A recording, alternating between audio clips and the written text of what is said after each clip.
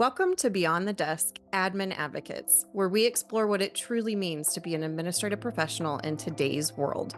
I'm Melissa Mahoney, CEO of the International Association of Administrative Professionals. And I'm Rachel Suman, CXO of IAAP. We're not just leaders in this field. We're advocates, champions, and former admins ourselves. That's right, Rachel. This podcast isn't your typical industry talk. We're here to bring you real conversations, real stories, and real solutions. From AI to self-awareness journeys, we're here to discuss the deep issues that admins face every day, drawing from our own experiences and those of our community. So whether you're a seasoned pro or just starting out on your administrative journey, join us as we explore the highs, the lows, and everything in between. Get ready for authentic insights, candid conversations, and a whole lot of inspiration. This is Beyond the Desk Admin Advocates.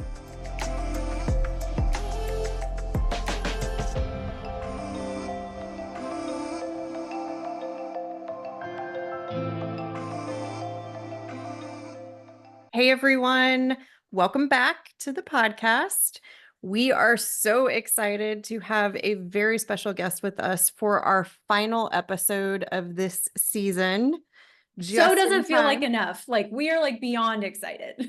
So excited. And I would love to let you, Shola, introduce yourself to our podcast community. It would be an honor. So, hello. First of all, before I do, Mel and Rachel, besides being fabulous human beings, are friends. I love these two. So, being on this podcast, I'm kind of geeking out right now. So, I'm Shola Richards. I am a keynote speaker, author. We'll get into that later. And my goal, honestly, is to change the world based on how we treat each other at work, at home, and every place in between. I believe if I could have one thing on my tombstone when I die, which hopefully won't be anytime soon, is we are defined by how we treat each other.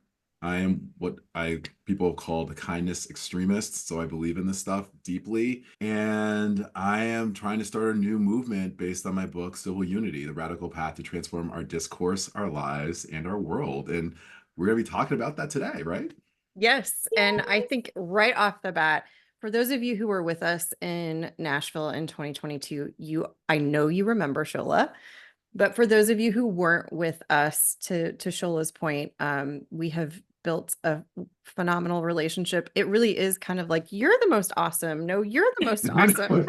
It's a little bit like that. It's a tie. But just hearing Shola's intro, you can already see the alignment between Shola's passion and mission and what we do, the work that IAAP does, and the things that Rachel and I have been talking about for 10 previous episodes on this podcast.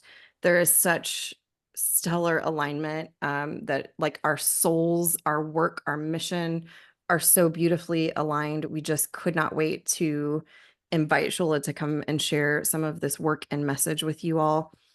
Rachel and I both have our copies of for our this YouTube book. video. You just saw that. We got sneak previews of this incredible book, so we can both attest to, and neither one of us is finished. Like we're on this journey inside. Look at all those tabs, Mel. There's a lot of tabs. I know. Grab a highlighter. If you are like it needs to come with a highlighter. You are going to want to note things. I mean, it is just incredible. So far has had incredible impact on, I know I'm speaking for you, Rachel, but on both of us. And I cannot wait for other folks to get access to this. So can you talk a little bit about, civility and what that means to you and why you felt the need to write this book? Yeah, so many things with that. So I'm just looking at the world around us. By the time this podcast interview will be aired, it doesn't matter when, really. I can still use this statement. The world's on fire. We don't know how to communicate with each other.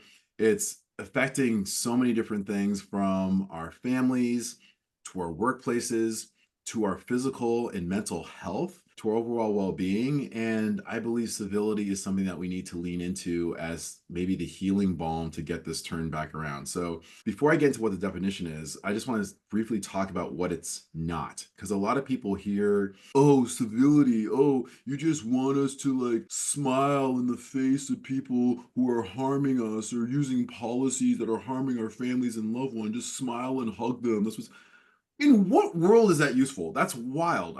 No, that's not civility. All civility is that I choose to define it as is the active demonstration of respect and the ability to disagree without disrespect. This is critical. We have a lot of people who just can't seem to disagree without disrespect. And I'm not saying that you need to change your views or weaken your stances on things. What I am saying, though, is that we're now in this weird place where we expect every single person that inhabits this world with us to think exactly the same way as we do on every topic. You will inhabit and share the world with people who don't view the world the same way you do. And to expect that to be the case, that you need to have everyone agree with you, is an exercise in immaturity and futility. We have to do better. And of course, if people are harming you and not treating you in a way that's respectful, then we need to make these decisions to separate ourselves from those folks.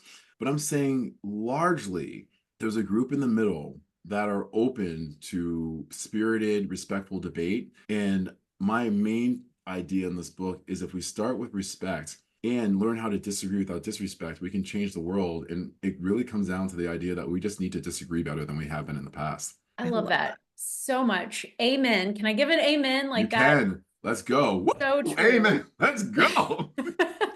And we were talking about this before, but that can feel like a really heavy topic, right? Like you bring up some really polarizing topics in this book. And I speak for myself. I think I speak for a lot of us. Like we have people in our lives where it doesn't even feel accessible to disagree without disrespect. So can you talk about the strategies that you use to kind of, or that you suggest to work through some of those conversations? Yeah, so there's so many different topics that are polarizing, right? Where there is obviously things like abortion or the conflict in the Middle East right now, or politics, obviously. On and on it goes.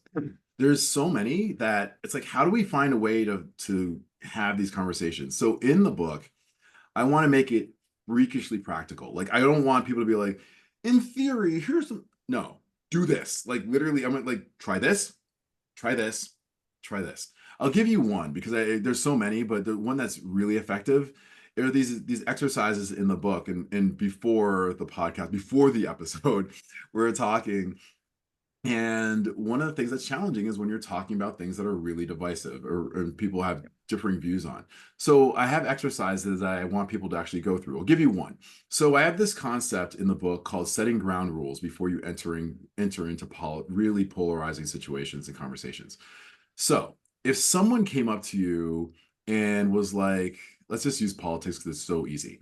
Like, hey, I love candidate A. Candidate A is the best ever. I can't wait for this person to win the election, right? You're sitting and you're listening to this and you hate candidate A and you're a huge fan of candidate B and cannot understand how anyone would even consider voting for candidate A. Are we kind of getting where we're going with this? Okay, good. So regardless of what side we're on, here's something that I would do. If someone's talking about candidate A and I'm in full support of candidate B, I would say, hey, listen, Rachel, before we get into this any more deeply, I know that conversations around politics can get really divisive really quickly. Can we agree to stay respectful, even if my opinion is different from yours? Now, this is a very important thing, right? So what we're doing is we're setting the ground rules, but we're also challenging this person, right? So if they say something like, screw you, if you're a fan of candidate B, then you're an idiot. Okay, cool. So I guess we're not going to be able to do this respectfully. Then we're good. No need to talk any further. Then we're done. And you end it. Because what you want to do is challenge this person to realize, do they have the emotional maturity and the impulse control to be able to engage in a passionate conversation with respect? Obviously, we need to demonstrate this, of course, and we can't. And there's techniques later on in the book to make sure that you can. More on that to come later. But we want to challenge that person. So if the person says anything besides yes, you disengage. But you're like, okay, yeah, sure. Yeah, I can do that. Okay. Well, I have a different view. I feel that candidate B is a fantastic candidate and the one who's best equipped to lead our country. And here's why. Now, you share it as passionately as you choose. If the other person who's a fan of candidate A has 2 points, two choices now, right? They have this opportunity. They're either going to be like, "You're an idiot for believing that." Oh, whoa, whoa, hey, remember, we talk. We're going to be respectful, right? I'm not calling you names. I'm just talking about my support for candidate B. And if the person's like, "So can we again remind ourselves to stay respectful?" It gives them an opportunity to be like, "All right, I'm going to try my best." And then they do it. And here's the thing: no minds need to be changed. No one has to change their vote. But what's going to happen is that the person will hopefully walk away realizing two things. One, it's possible to disagree without disrespect. And those awful people who support candidate B maybe aren't as terrible as you thought. And it allows us to get closer in this ideological divide that we find us in. And the cool thing about this civility stuff is that it's contagious. If other people see us do it, then they realize it's possible as well, then they're going to try it as well. It doesn't mean we got to change minds, as I said earlier, but we need to look at this differently. One last thing on this. Clearly, I'm very passionate about this topic. The idea of attacking people doesn't work. And this should go without saying, right? If you attack someone, there's this concept called the boomerang effect, which is fascinating. What it does is it actually causes you, the other person, to become more entrenched in their belief. It boomerangs back at us. So if we're like, you're going to vote for candidate B, you're an idiot, you're this, all it does is serve to do three things. One, the other person is more entrenched in these beliefs that you find troublesome. Two, you've destroyed any chance of them seeing the merits of your position. And three, you're only contributing to this awful discourse that you claim to hate. All of three things are going to put us into a darker place potentially. So we need to do something better. We need to disagree better. Love it. I just have to say, I really love your voices. So if we can like get access to more of your Right. voices, I'm trying to figure out Right. how else we can have you impersonate your said person. Oh, so it's so I am funny. loving the voices. Can I I can am I can too. I tell you both really quickly, and obviously the IAAP audience, when I was recording the audiobook, because there's a lot of dialogue in the book, as you know, Yeah. so I had to come up with different voices. I wasn't gonna be like, quote, and then use my voice, end quote, quote. Like it's so confusing and so disjointed. So I had different voices. Like, oh gosh, I had like this like really country guy. I had this like high-end woman voice, and I was like, Oh, do the ah, woman. Give us the woman voice. Give us Spoiler alert. oh my gosh, I'm trying to think of what she said. Like, oh my gosh, like anyone who like believe in this is like clearly so awful and disgusting, and should not like be breathing the same air that we're breathing right now.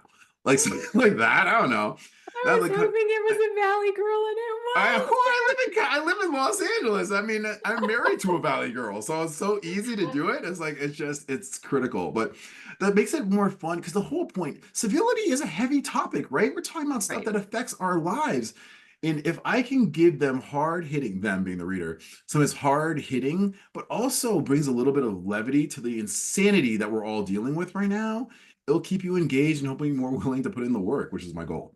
I 100% already laughed out loud in like the first two chapters. Same. I'm not going to say which part. I think you Yes. probably know. You have to buy the book, but like I even read it to my husband. I'm like, you are not going to believe this. So Same. I'm so glad you said that, Shola, because I was going to bring that up later. Like this can sound really heavy, and everybody's going to be like, oh, I have to like gear up for that. It is not like that. It is so enjoyable while also being really impactful.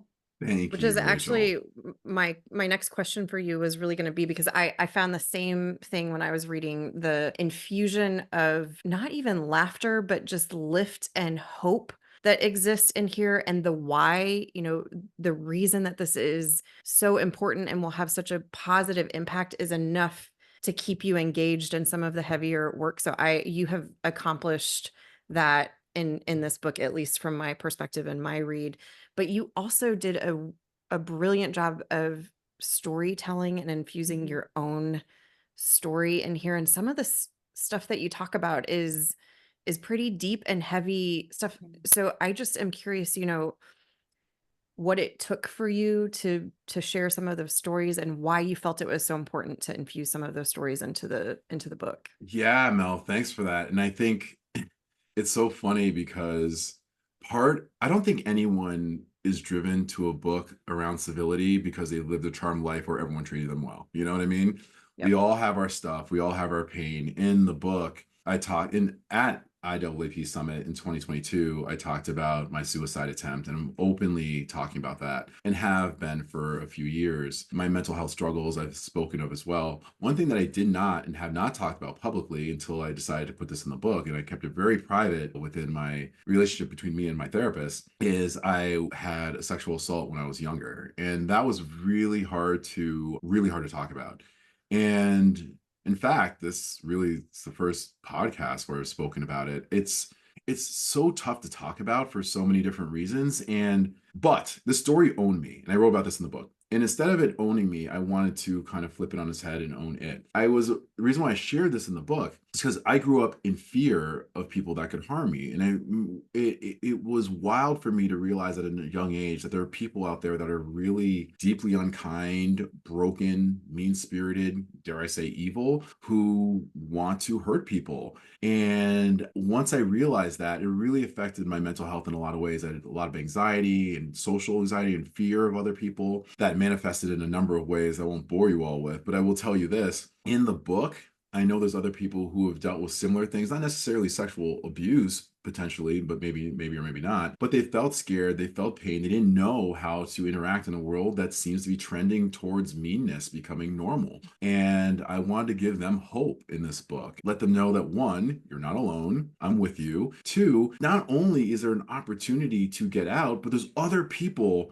just like you who are feeling the same way, want to work together to create a more civil, safer, and more sane world, and hopefully begin a movement of these people to reclaim their lives and their health. And that's really why I wanted to lean into this. I could have done the very easy, here are 7 ways to make civility better in your communities. Number 1, model the behavior that you want.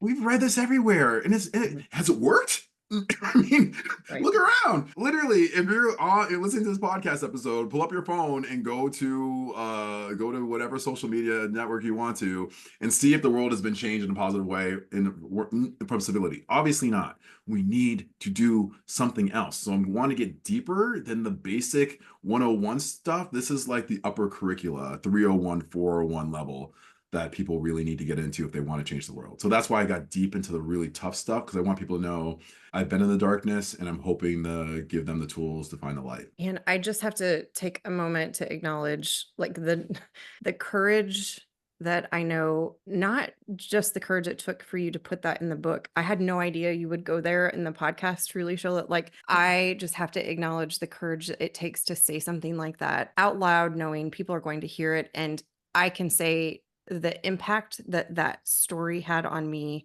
and what it made me think about in my own world and in my own life. And, even people who don't have the exact same experience, Mhm. everyone has a trauma. Yeah. Everyone has a place where they're hiding, and we don't recognize where those impacts can have the ripple effect in our lives until we take ownership over it. But man, it takes so much courage. So Yeah. I just have to acknowledge you for the courage I know it takes.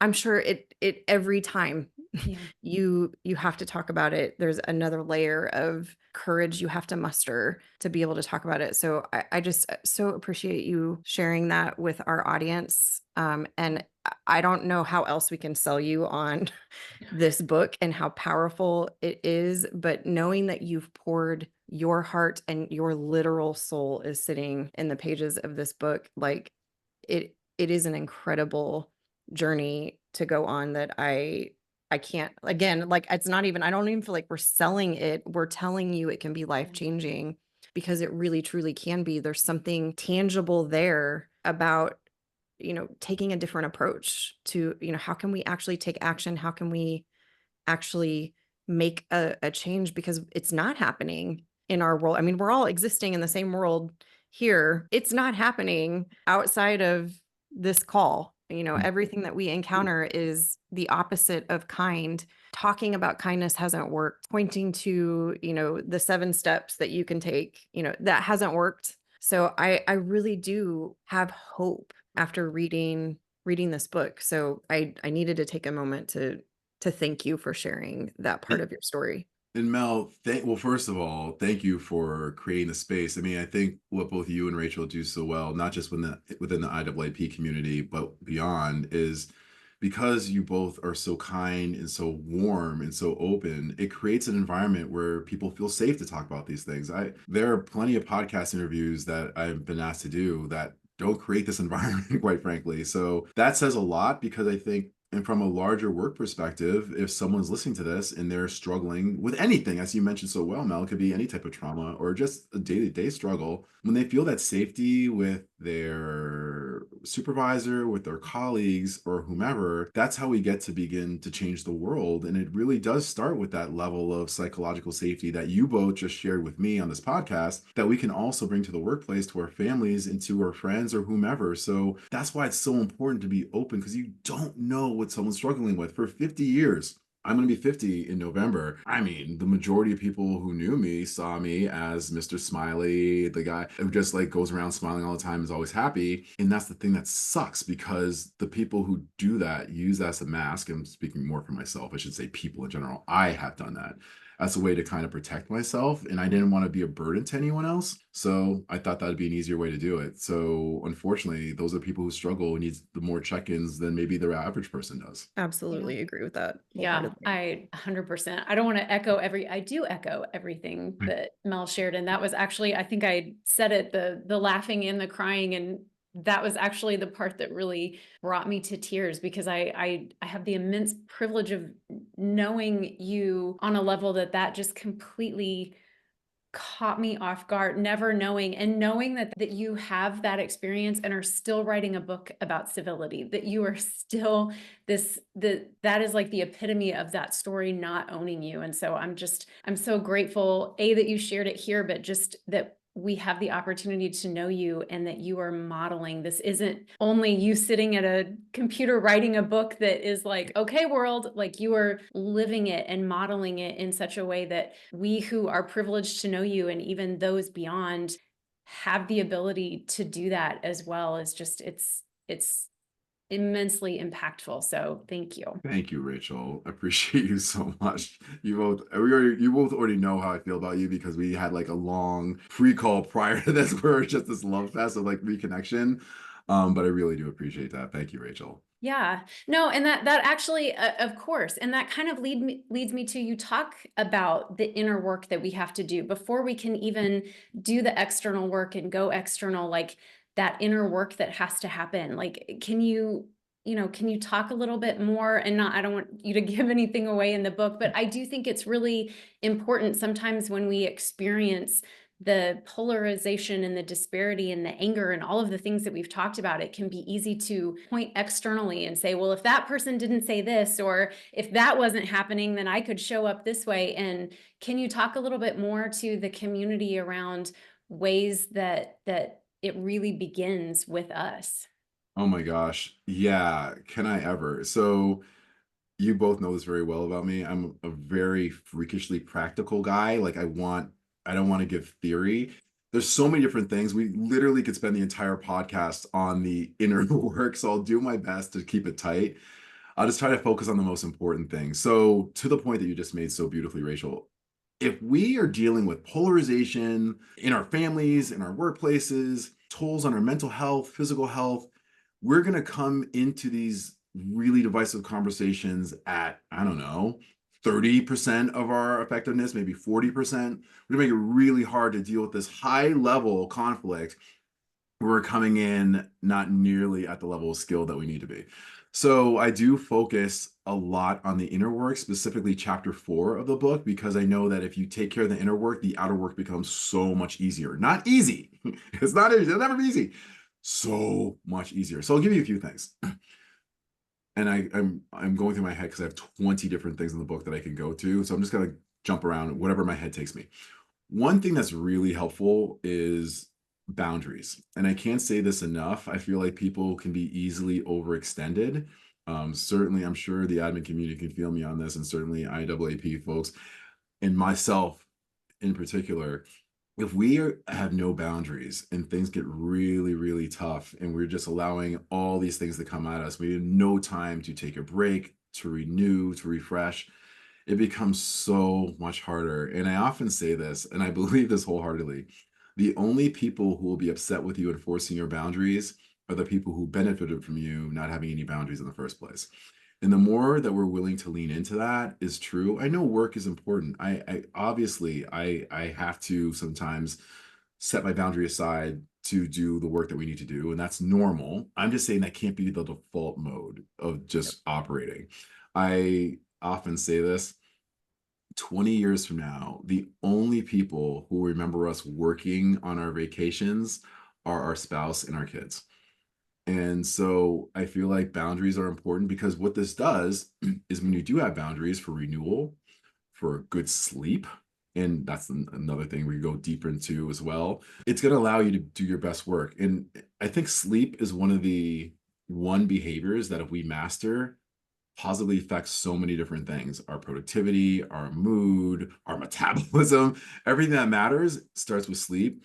So I always challenge people, there's nothing that's going to be more important on the civility journey than maintaining our mood and getting a good night's sleep. So those are critical things. I'm going to jump around a little bit if it's okay, Rachel, based on your question. Another one that is important to do the inner work is really reducing, if not eliminating, how much time you spend watching cable news. I mean, look, y'all, they call this angertainment for a reason. And it's meant to do one of two things, and they do it really, really well. Keep you on outrage overload or anxiety overload. They want either one of those two work, because we've become addicted to the cortisol, that stress hormone in our veins. Like, oh my God, oh, they're doing it again. The other side, oh, they're always doing this, ruining my way of life. And people I was on a flight recently where they have the TVs on the back of the seats, and you can watch anything, movies, podcasts.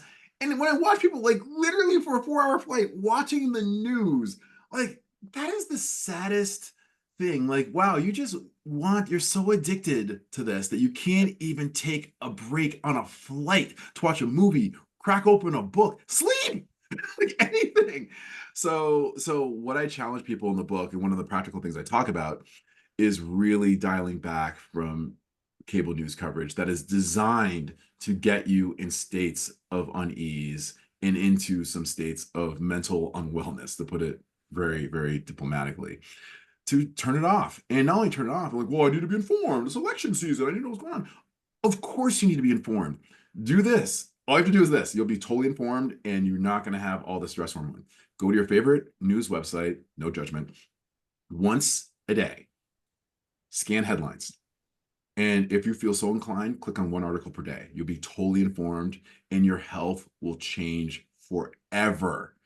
Last thing on this, and then I literally have 20 things, Rachel. So when you said the inner work, I'm like, because I'm doing all these things, Where and do we that's why it's like, where can I go? I'll give you one more, then I'll stop. I literally have 20 of these things, more probably. Okay, I'll jump here. Removing yourself from toxic relationships.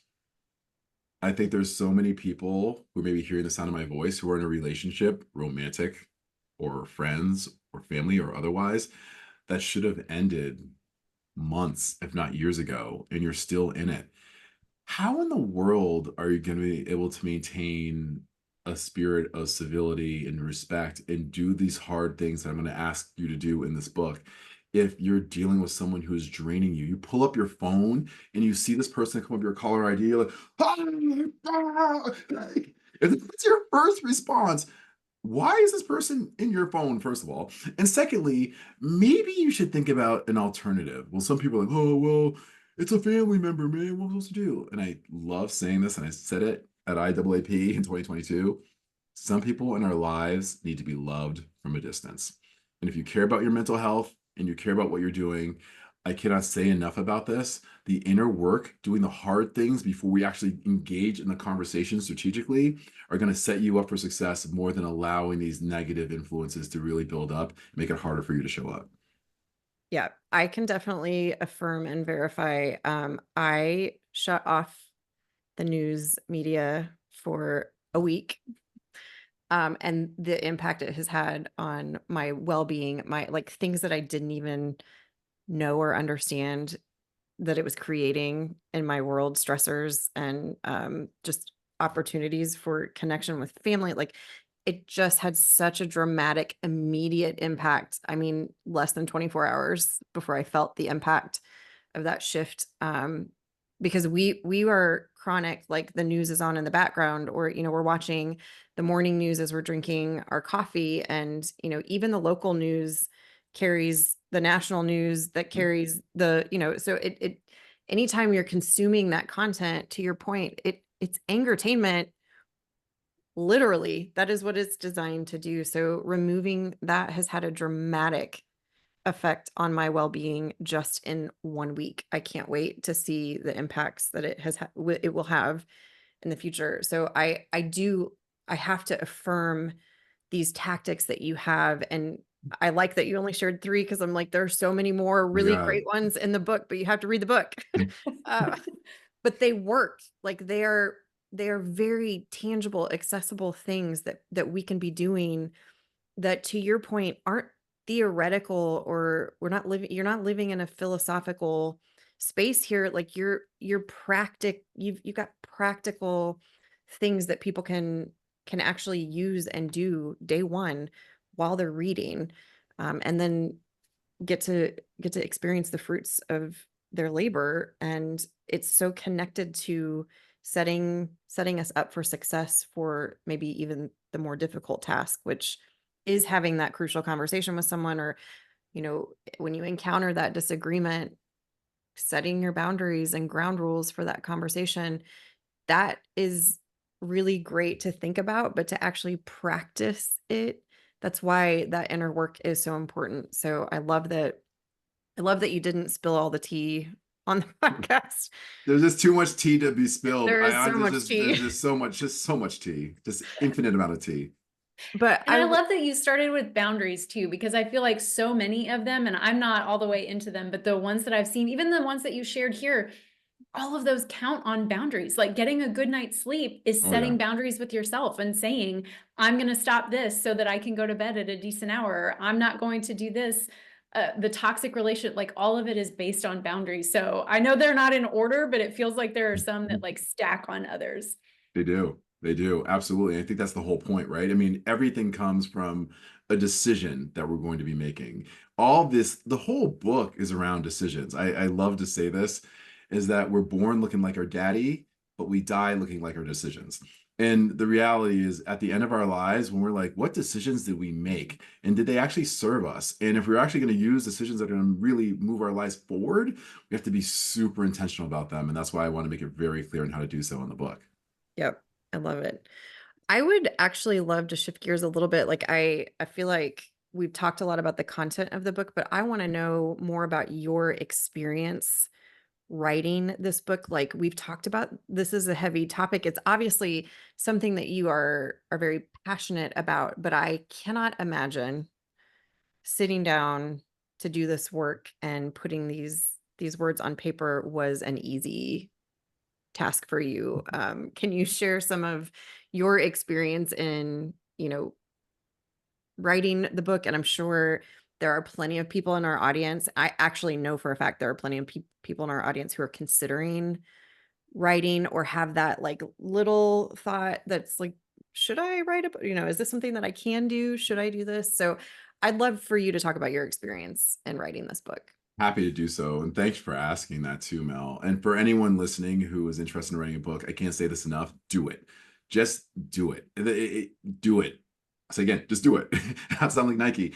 But do it. Just do it. And the reason why I say to do it is because so few people actually do it, right? You get to be, because the process is challenging. You're sitting, you see a blinking cursor that's taunting you to come up with something meaningful, and it's you versus you, and there's really no one there to save you. I mean, unless you decide to have AI write your book or get a ghostwritten or something. But if you're really going to write the book yourself, you have to lean into, I would think, some of the deepest, darkest, most unaccessible or inaccessible areas of your soul to write this thing. If you really want to write something meaningful, which I'm assuming people would. Mhm. To answer your question more directly, Mel, it was really hard. I wrote this thing.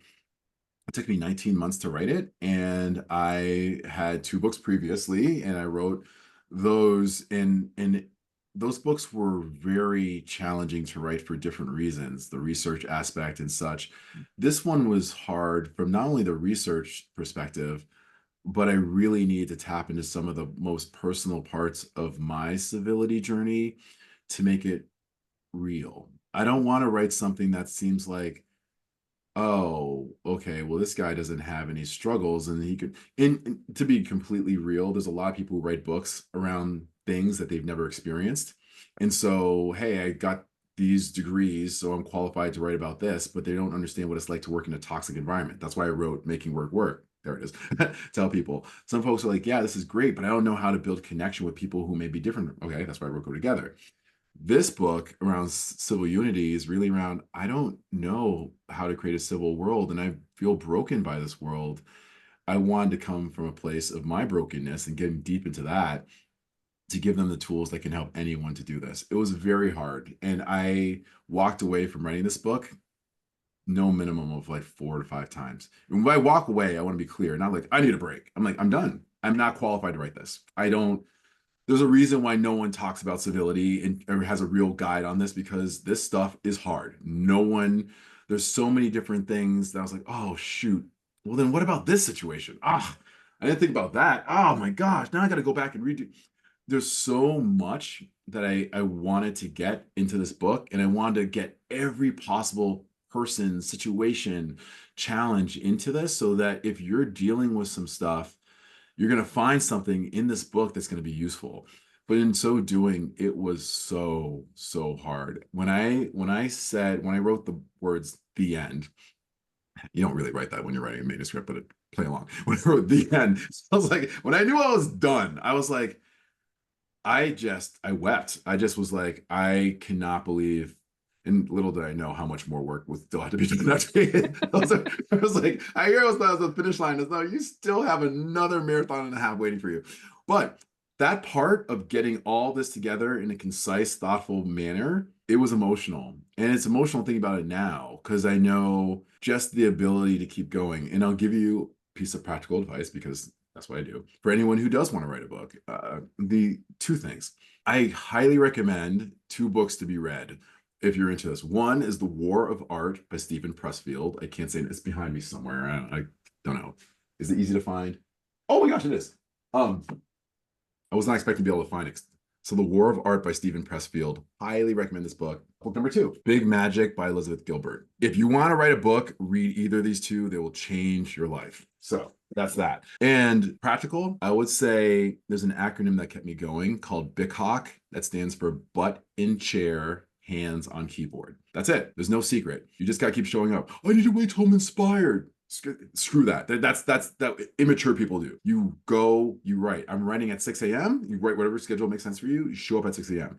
Stare at that blinking cursor, write a sentence if you have to, but you're going to sit there and write when you're scheduled to write. If you keep doing that, your book will be done. I love that advice. I actually just saw your LinkedIn post that was basically talking about the same thing. So I was like, oh, I know these books. I've already purchased them. Yay! They're so good, Mel. And there's just such, I mean, the world of art is so thin. I mean, you could read this in an afternoon, and it's just like, these books I are can't wait. so good, and highly recommend it if you're interested in. Love it. I do too. So I just have a confession to make really quickly. Please, I love confessions. Those are fun. Um, okay, so in fairness, you are our first podcast guest that we are like interview style having you in a guest space. So it's normally Rachel and I that are musing and talking, and we have some direction and some thoughts about what we want to talk about, but we kind of are in conversation. And with this, we have some interview questions that we definitely wanted to try and tee up for you. Ooh. I am having such a hard time not just like I'm zoning into, like, I just want to listen to what you're saying. I'm like, oh shoot, I have, like, we have to be prepared to ask another question for me, that I'm like having this whole experience here, Shola, that I was like, oh no, I have to confess it. I can't just keep like, I keep, you're just like, I just want to listen to you talk is You're the so point. The sweet. moral of this Ruth. confession.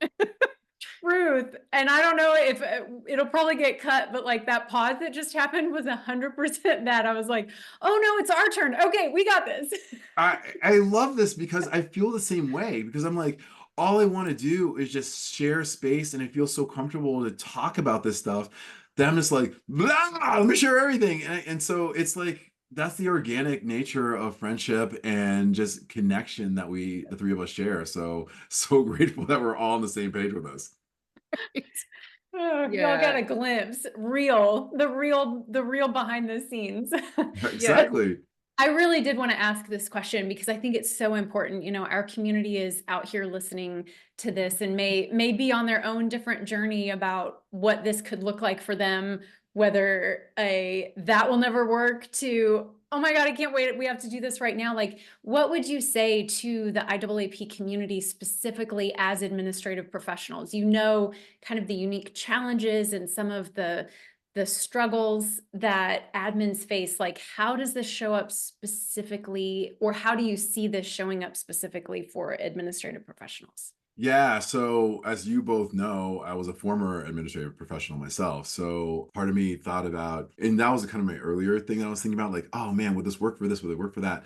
I want this to be something that's accessible to anyone, certainly for administrative professionals. And so what I find so interesting around this, there's one thing that is later on in the book that I talk about, is really around the challenge of assertiveness. And I think that a lot of people feel that civility just requires you to be this like mealy mouth, super weak, lower your head, whatever you say, I'm here to do it.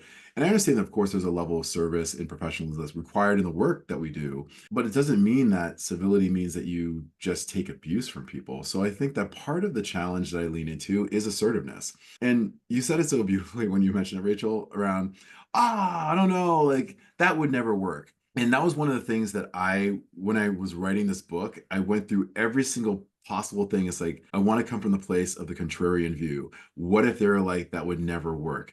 And I really wrote this book to address a lot of those things. So let's just hit one that could be potentially common, hopefully not too common, gosh, I hope not, is around just having a toxic leader or a toxic colleague or something.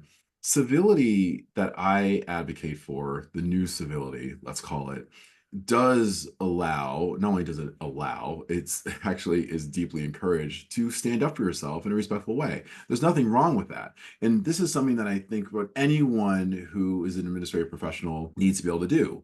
How do you advocate for what it is that you need? I'm sure I'm sure people listening to this have to report to someone who is almost expecting, if not demanding you to read their minds and to do things that are like, I don't have the bandwidth to do this, or this person told me to do something or asked me to do something and then move the goalposts when I'm like 90% done and said, this is not what I wanted, start over. Oh yeah, you still have the same timeline. I want it by tomorrow. So we have to really figure out, how do we do this? So I talk about the importance of focusing on the behavior that's affecting how you do your work. So being clear around this, I know that you wanted me to change the spreadsheet in a way to bring in data from this new report. Um, I know that in the last meeting you wanted it from this report. However, we're up against this. We're probably like 24 hours away, and I don't know if it's going to be possible to do both. Do you want to prioritize which one's more important than the other? It's not like, hell no, I can't do that. What do you think? I'm like, of course we're not going to do that. But we can advocate for our needs in a respectful way, and we should. And dare I say, we must, if we want to create a civil world. I don't want anyone thinking, and sorry, see what happens when we're together. I go into this place of like overwhelming passion around this.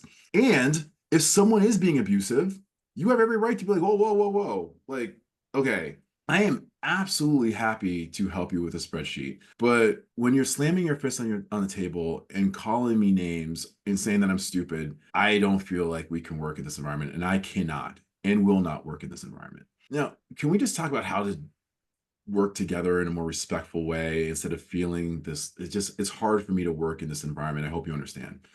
I don't care who it is. Oh, that would never work. Then what would work? Taking it? Right.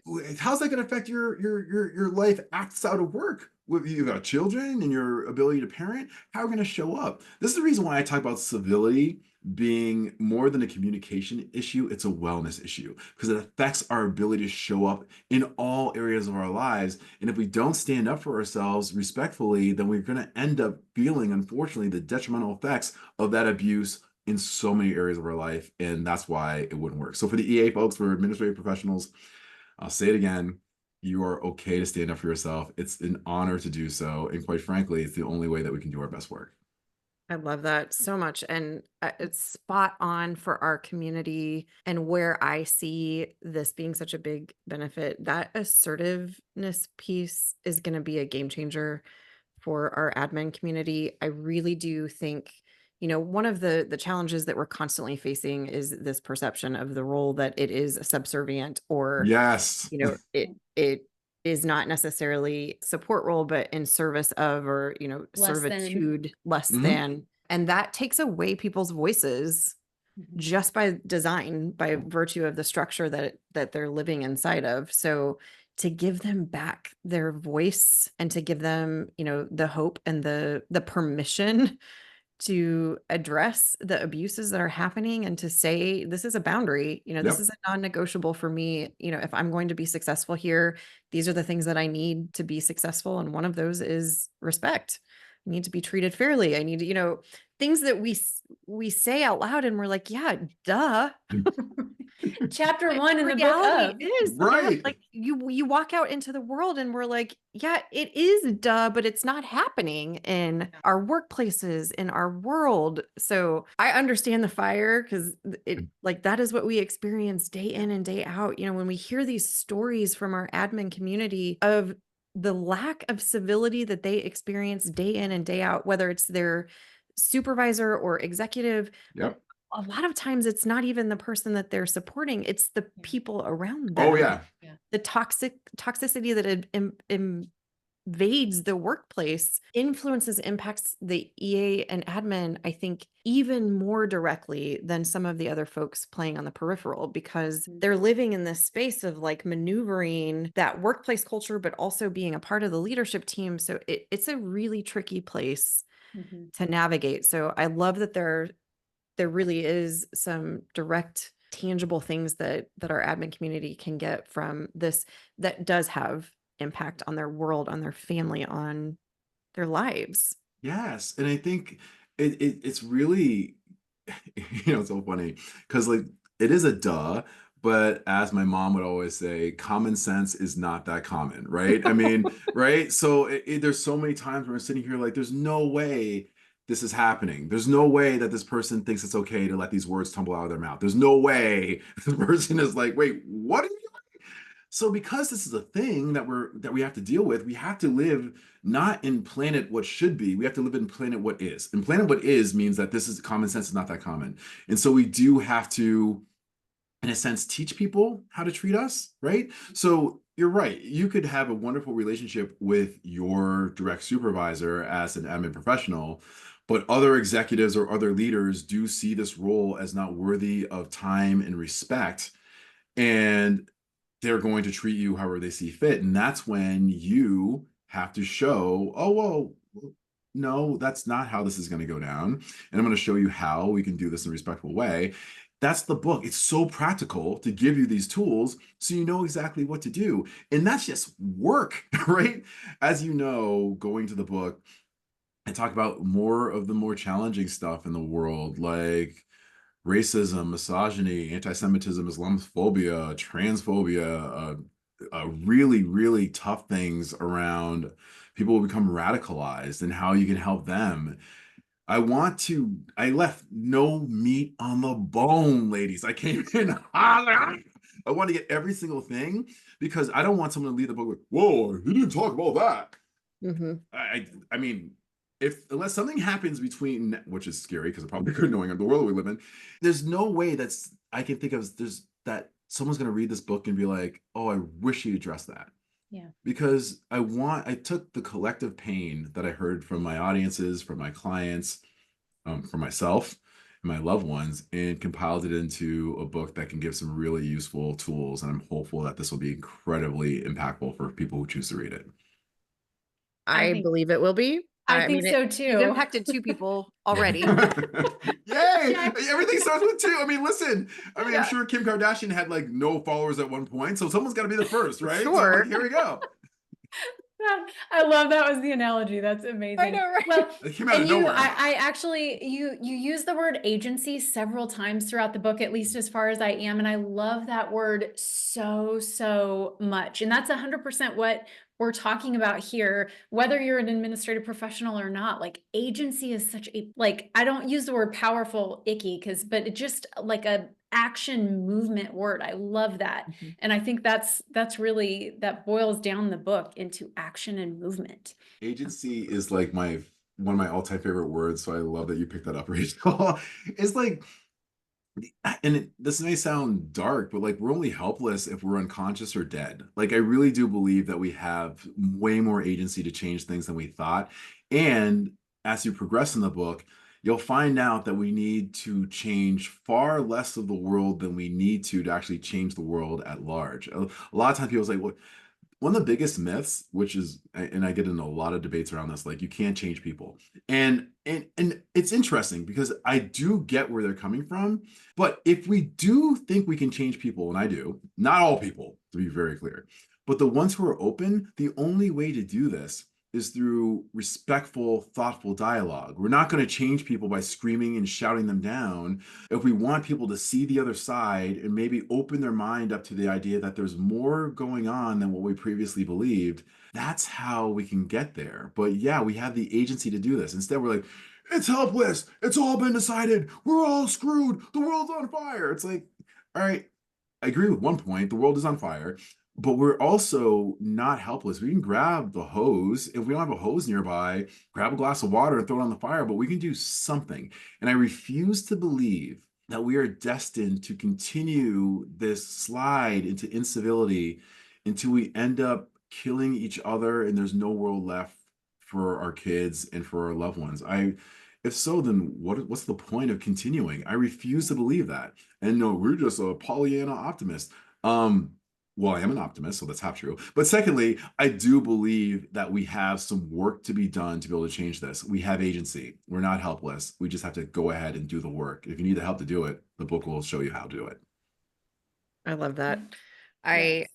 I know we are coming up on No, Maybe no, yes. no, no, no. So I'm like the kid at the park, like, no, I don't want to leave. I know. I'm like, can we just, I don't know, create a recurring Shola Oh guest my spot gosh, on our I podcast? will. I mean, listen, don't threaten me with a good time, Mel. I'm, like, I'm down. Just let me know. We'll make it happen. Threat leveled. Threat level high. I'm feeling it. I really cannot thank you enough for sharing this with our community. And I am so excited. Again, excited doesn't feel like the right word. It's not powerful enough for how we feel about you and the work you're doing. And I have so much hope that this book is really going to change the world, like literally. And that is not hyperbolic. That is not I feel it. I just think it could have tremendous impact on this idea of creating a more civil, a more kind world to live in for our kids, for the future. So I'm thrilled that you have shared this work with the world and cannot wait for the rest of the world to experience it. Yes. And thank you for allowing us to help spread and be part of this. We are beyond honored. My gosh, the pleasure is all mine. I mean, honestly, it's just when you get to be in the space of 2 people, I'm sorry for the listeners who are like, dude, how many times do you need to say this? Who you just adore and respect so highly. It's a pleasure. What you're doing, not just for IAAP, but for the admin community at large, is transformative. And for me to be able to cross paths with you both in 2022 at the summit in Nashville, Tennessee, game changer for me. And it was one of the most enjoyable, transformative, powerful experiences that I've had as a speaker.